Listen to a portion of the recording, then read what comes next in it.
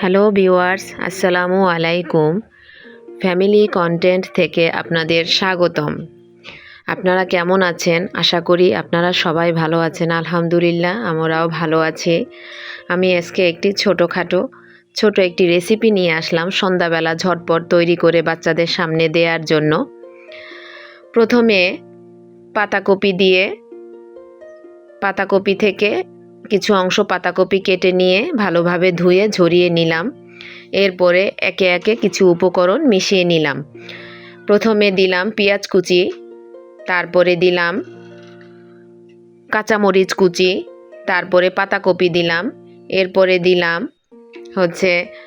একে একে একটু হলুদের গুঁড়া, একটু মরিচের গুঁড়া, তারপর একটু ধনিয়ার গুঁড়া, জিরার গুঁড়া, যাতে সেন্টটা ভালো আসে এই জন্য। এরপরে দিলাম একটু হলুদের গুঁড়া, একটু মরিচের গুঁড়া।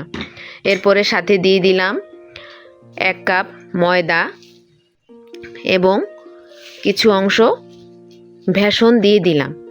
এরপরে সব উপকরণগুলো একসাথে হাত দিয়ে ভালোভাবে মেখে নিলাম। যদি একটু শুকনো মনে হয় যে মিক্সটা ভালোভাবে হচ্ছে না, তাহলে একটু পরিমাণে পানি দিয়ে দিতে পারি। অল্প পরিমাণে পানি দিয়ে ভালোভাবে উপকরণগুলো মেখে নিতে হবে।